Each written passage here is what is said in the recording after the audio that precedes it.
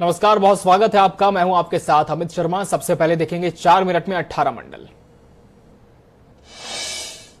फिरोजाबाद के थाना नगला खंगर के भदान बाजार में प्रेमिका के परिजनों ने युवक को जमकर पीटा और फिर गंभीर स्थिति में पुलिस के हवाले कर दिया, जिसके बाद पुलिस ने घायल युवक को इलाज के लिए अस्पताल में भर्ती करा दिया।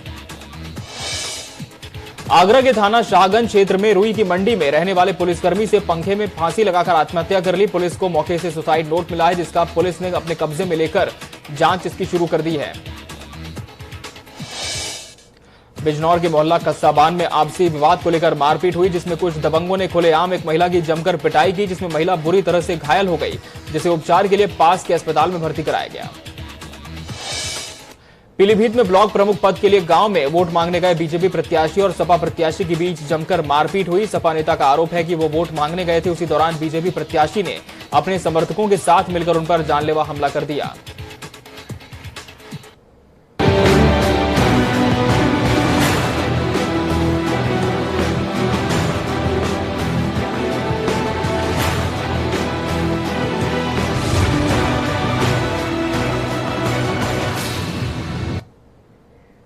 और अब खबरें विस्तार से देखेंगे। पूर्व मुख्यमंत्री का हालचाल जानने के लिए प्रधानमंत्री नरेंद्र मोदी ने उनका हालचाल जाना। प्रधानमंत्री नरेंद्र मोदी ने कल्याण सिंह के पोते से फोन पर बात की, जिसके बाद पीएम मोदी ने ट्वीट करते हुए लिखा कि भारत भर में अनगिनत लोग कल्याण सिंह के शीघ्र स्वस्थ होने की प्रार्थना कर रहे हैं। कल जेपी नड्डा, सीएम योगी आदित्यनाथ और अन्य लोग उनसे मिलने अस्पताल गए थे। मैंने अभी उनके पोते से बात की और उनके स्वास्थ्य के बारे में जानकारी ली है। पीएम मोदी ने ट्वीट करके ये तमाम बातें कही हैं। तो वहीं कल्याण सिंह की तबियत को लेकर प्रधानमंत्री के अलावा कई राजनीतिक नेता भी चिंतित हैं। हम आपको पूर्व मुख्यमंत्री से नेताओं की मुलाकात की कई तस्वीरें दिखा रहे हैं, जिसमें आप देख सकते हैं कि सीएम योगी आदित्यनाथ, राजनाथ सिंह, जेपी नड्डा, शाहनवाज सिंह भी मुलाकात करने के लिए लखनऊ पहुंचे हैं। जेपी नड्डा कल शाम को लखनऊ पहुंचकर कल्याण सिंह से मुलाकात कर चुके हैं, तो वहीं शाहनवाज हुसैन ने आज मुलाकात की है। तमाम नेताओं ने कल्याण सिंह से मुलाकात की, उनका हालचाल जाना है।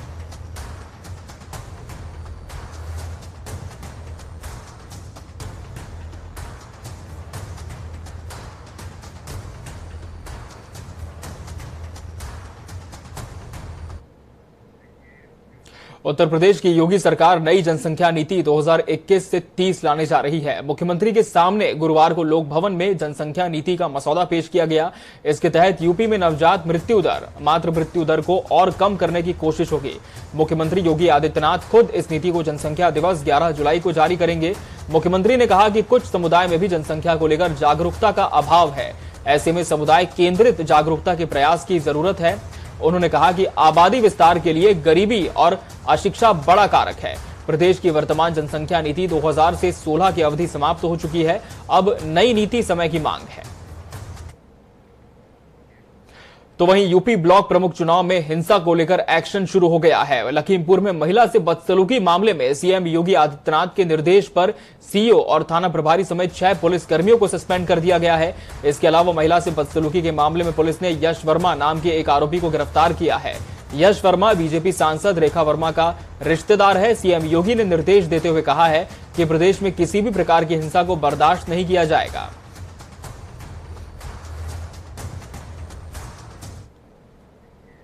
भोजपुरी फिल्मों और गानों में बढ़ती अश्लीलता पर मुख्यमंत्री योगी आदित्यनाथ ने चिंता जताते हुए सख्त निर्णय लिया है। उत्तर प्रदेश फिल्म विकास परिषद के अध्यक्ष राजू श्रीवास्तव के प्रस्ताव को गंभीरता से लेते हुए सीएम योगी ने निर्देश दिया है कि अश्लीलता परोसने वाली भोजपुरी फिल्मों को सरकार द्वारा अनुदान नहीं दिया जाएगा।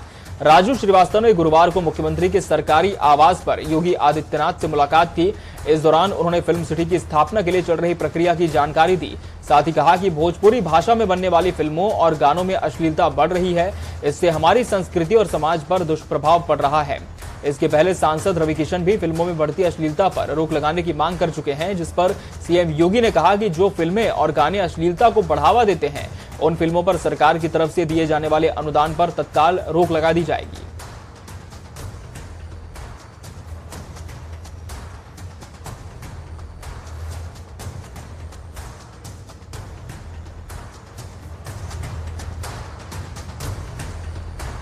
अश्लीलता परोसने वाली फिल्मों पर यूपी सरकार सख्त हो चुकी है। ब्लॉक प्रमुख चुनाव के नामांकन में लखीमपुर खीरी में हुई महिला के साथ बदतमीजी को लेकर समाजवादी पार्टी अध्यक्ष अखिलेश यादव लगातार बीजेपी पर हमला कर रहे हैं। उन्होंने प्रेस कॉन्फ्रेंस करते हुए कहा कि पंचायत चुनाव में मिली हार का बदला लेने के लिए भारतीय जनता पार्टी ने सड़कों पर गुंडे छोड़ रखे हैं। क्या कुछ कहा, आपको सुनवाते हैं।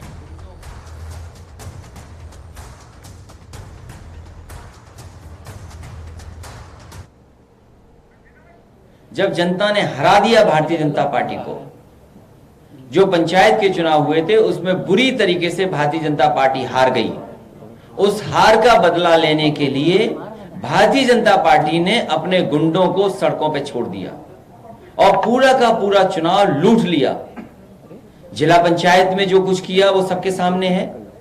उससे भी एक कदम आगे निकल गए ब्लॉक प्रमुख के चुनाव में।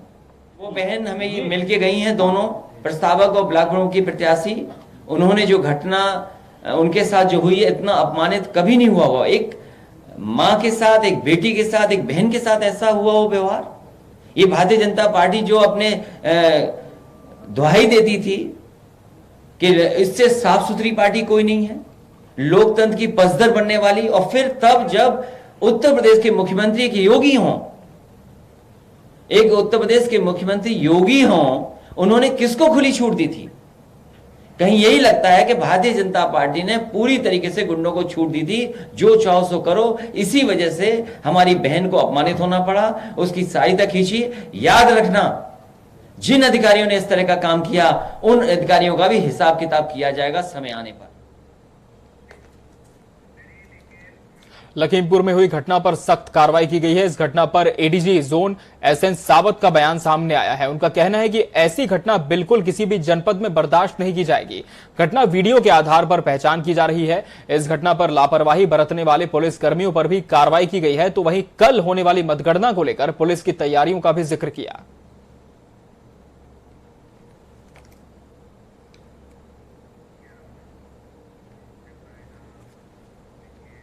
उत्तर प्रदेश ब्लॉक प्रमुख के नामांकन में हिंसा पर मुख्यमंत्री योगी आदित्यनाथ सख्त हो गए हैं। लखीमपुर खीरी में महिला प्रस्तावक के साथ बदसलूकी के मामले में कार्रवाई का आदेश हुआ है। वहीं इस मामले पर कांग्रेस प्रदेश अध्यक्ष अजय कुमार लल्लू ने यूपी सरकार पर हमला बोला और इस दौरान उन्होंने क्या कुछ कहा, आपको सुनाते हैं।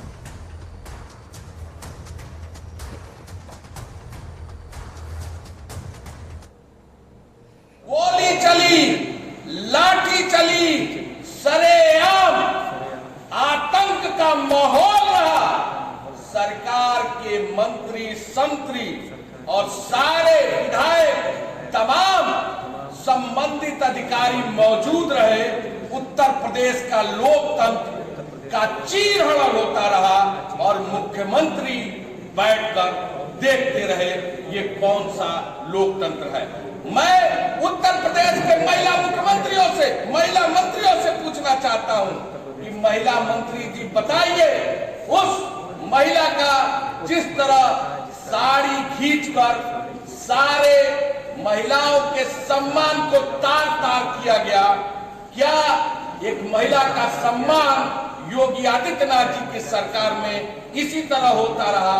और आप महिला जो मंत्री है वो देखती रही। आपका एक शब्द न निंदा का, न किसी अधिकारी के खिलाफ कार्रवाई की बात और न उत्तर प्रदेश से माफी मांगने की बात आपके द्वारा की गई। सूबे में गांव और जिले की सरकार के गठन के बाद अब ब्लॉक की सरकार के गठन की प्रक्रिया जारी है। 8 जुलाई को नामांकन के बाद शुक्रवार को नामांकन पत्र वापसी के बाद 825 में से 339 पद पर ब्लॉक प्रमुख का निर्वाचन निर्विरोध हो गया है। 10 जुलाई को अब 476 पदों के लिए मतदान होगा।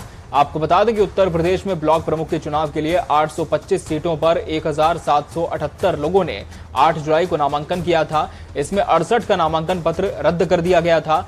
9 जुलाई को नामांकन पत्र वापसी के लिए 187 प्रत्याशियों ने अपना नामांकन पत्र वापस ले लिया।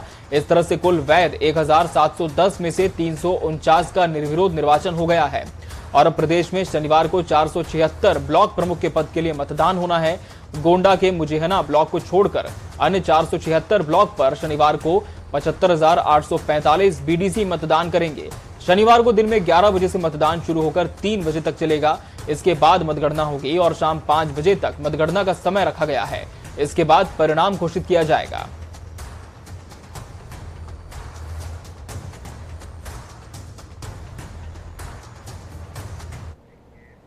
शिकारपुर विधानसभा क्षेत्र के शिकारपुर ब्लॉक में सपा रालोद की संयुक्त प्रत्याशी को उठाकर ले जाने में कामयाब हुई पुलिस पर प्रत्याशी ने गंभीर आरोप लगाए हैं।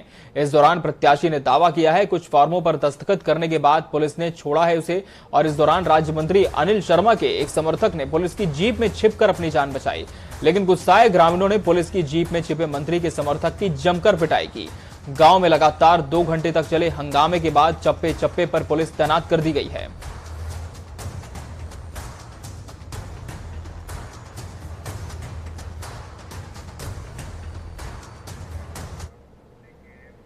चित्रकूट में संघ प्रमुख मोहन भागवत के नेतृत्व में क्षेत्र प्रचारकों और सह क्षेत्र प्रचारकों की 2 दिवसीय बैठक का पहला दिन संपन्न हो गया। बैठक में संगठन के आगामी कार्यक्रम की रूपरेखा तैयार की गई है। क्षेत्रीय स्तर पर प्रचारकों ने रिपोर्ट कार्ड पेश किया। सूत्रों के अनुसार संघ प्रमुख ने क्षेत्रीय प्रचारकों को कोरोना की संभावित तीसरी लहर को लेकर सजग रहने के निर्देश दिए हैं। सूत्रों की माने तो आगामी विधानसभा चुनावों को लेकर संघ और बीजेपी के बीच समन्वय स्थापित करने के लिए लंबी चर्चा हुई है। Allahabad high court bar association की ओर से आपदा मृत्यु योजना के अंतर्गत अपने नियमित वकालत करने वाले अधिवक्ता सदस्यों की मृत्यु पर 19 और आश्रितों को 5 लाख प्रतीक की सहयोग राशि के चेक प्रदान किए गए। इस अवसर पर चेक वितरित करते हुए बार एसोसिएशन के अध्यक्ष अमरेंद्र नाथ सिंह और महासचिव प्रभा शंकर मिश्र और संपूर्ण कार्यकारिणी के सदस्य लाइब्रेरी हॉल में उपस्थित रहे। वहीं इस दौरान दिवंगत अधिवक्ताओं की आत्मा की शांति के लिए प्रार्थना की गई और 2 मिनट की मौन श्रद्धांजलि अर्पित की गई।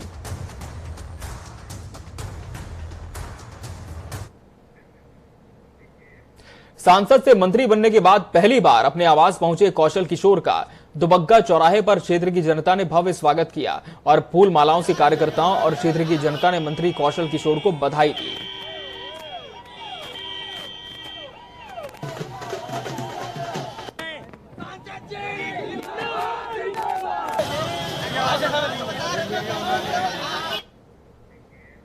उन्नाव होटल कांड मामले में एक नया मोड़ सामने आया है। उत्तर प्रदेश शासन ने मामले को संज्ञान में लेते हुए कानपुर के एक आईपीएस अधिकारी को प्रकरण की जांच सौंपी है। शासन की ओर से निर्देश प्राप्त होते ही डिप्टी एसपी को निलंबित किया जाएगा। वहीं अभी तक पूरे प्रकरण में महिला सिपाही पर किसी प्रकार की कोई कार्रवाई नहीं की गई है। हालांकि 1 दिन की अनुपस्थिति के बाद महिला सिपाही अपनी तैनाती स्थल थाने पहुंची और 3 दिनों की छुट्टी लेकर अपने घर चली गई। अब देखने वाली बात यह होगी कि महिला सिपाही पर क्या कुछ कार्रवाई होती है। हालांकि इस मामले में लोगों का कहना है कि यह मामला डिप्टी एसपी और महिला सिपाही की निजी जिंदगी का है। नियमतः दोनों लोग छुट्टी पर थे और इस पूरे मामले में किसी की तरफ से कोई तहरीर प्राप्त नहीं हुई है।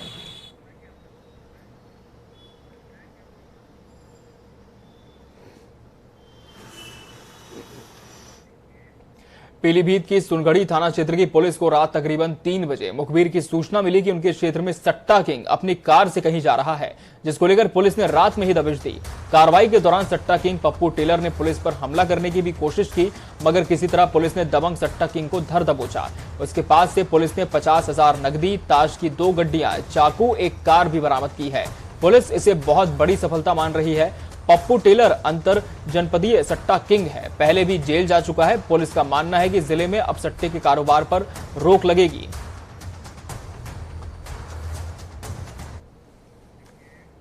बीते 20 दिसंबर 2019 में नागरिकता संशोधन अधिनियम के विरोध में जिला में हिंसा फैलाने के आरोपित आदिल उर्फ चूहिया को पुलिस ने गिरफ्तार कर लिया है, जिस पर 25,000 का इनाम था। गिरफ्तारी के बाद पुलिस अब आरोपी आदिल से पूछताछ कर रही है। 2019 में सीएए के विरोध में बिजनौर ही नहीं कई शहरों में जमकर हिंसा हुई थी। इस दौरान कई आरोपियों को गिरफ्तार किया गया था। देखिए, काफ़ी टाइम से शिकायतें सट्टे और जुए वगैरह की मिल रही है और इसी क्रम में अभी सूचना संकलन भी कराया जा रहा था।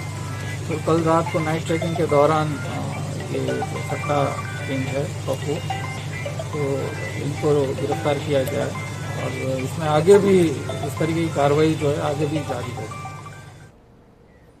प्रदेश के ऊर्जा मंत्री श्रीकांत शर्मा 2 हफ्ते के बाद मथुरा के जिला अस्पताल का निरीक्षण करने पहुंचे। बीते 1 सप्ताह पहले मथुरा सांसद हेमा मालिनी ने भी जिला अस्पताल का निरीक्षण किया था। आपको बता दें कि कोरोना की तीसरी लहर की अत्यधिक आशंका जताई जा रही है, जिसके चलते सरकार की ओर से इसकी रोकथाम के लिए भरसक प्रयास किए जा रहे हैं।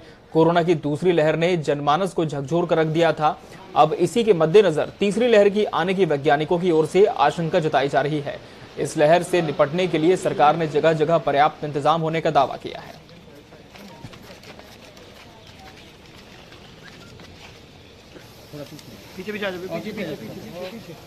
इस समय में तीसरी लहर को हम पूरी तरह से पिछलें, कोविड को परास्त करें, उसके लिए एक तरफ हमारा आचार व्यवहार, दूसरी तरफ मेडिकल फैसिलिटी पर बहुत ज़्यादा निर्भर करेगा। तो मेडिकल फैसिलिटी पर हम लोग बहुत विस्तार से काम कर रहे हैं। मथुरा ऑक्सीजन की आपूर्ति को लेकर पूरी तरह से आत्मनिर्भर है। अभी आपने देखा यहाँ जिला चिकित्सालय में 667 लीटर प्रति मिनट का ये प्लांट है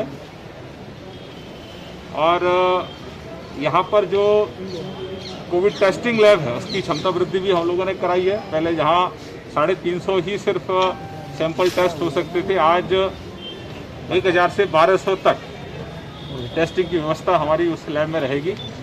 लेकिन हम सब मिलकर अपने आचार व्यवहार से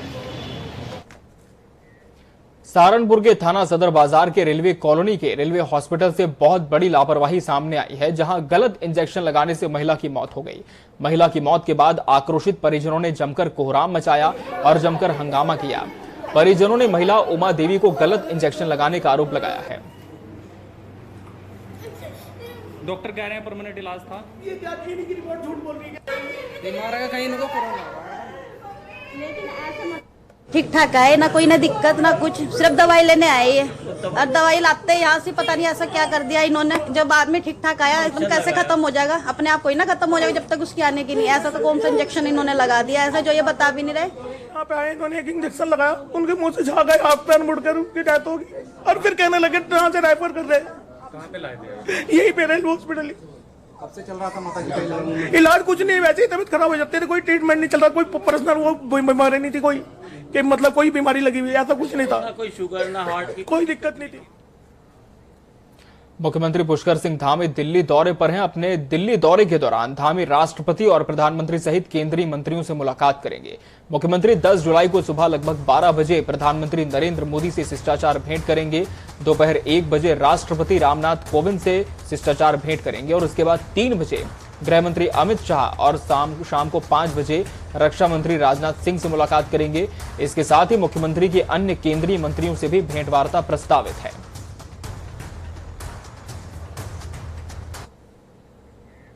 खबर हरिद्वार से है, जहां पर उत्तराखंड राज्य के कृषि मंत्री सुबोध उनियाल ने आला अधिकारियों की समीक्षा बैठक ली। इस बैठक में पूरा फोकस किसानों की आय को कई गुना बढ़ाने पर केंद्रित रहा।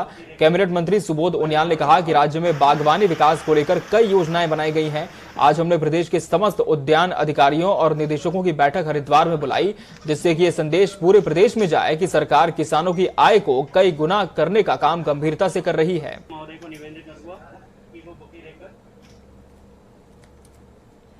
विगत कुछ वर्षों में क्योंकि उद्यान के क्षेत्र में जो संभावनाएं थी उनको धरातल पे उतारने के लिए कोई बहुत ज्यादा काम नहीं हो पाया। तो पिछले कुछ वर्षों से हम लोगों ने इसमें बागवानी विकास को लेकर के कि किस तरह हॉर्टिकल्चर सेक्टर में जो पोटेंशियल है उसको एक्सप्लोर करके हम किसान की आय को दुगना कर सकें और उसकी आर्थिकी को मजबूत कर सकें। इसके लिए कई योजनाएं और नई नई हम लोगों ने कोशिशें की।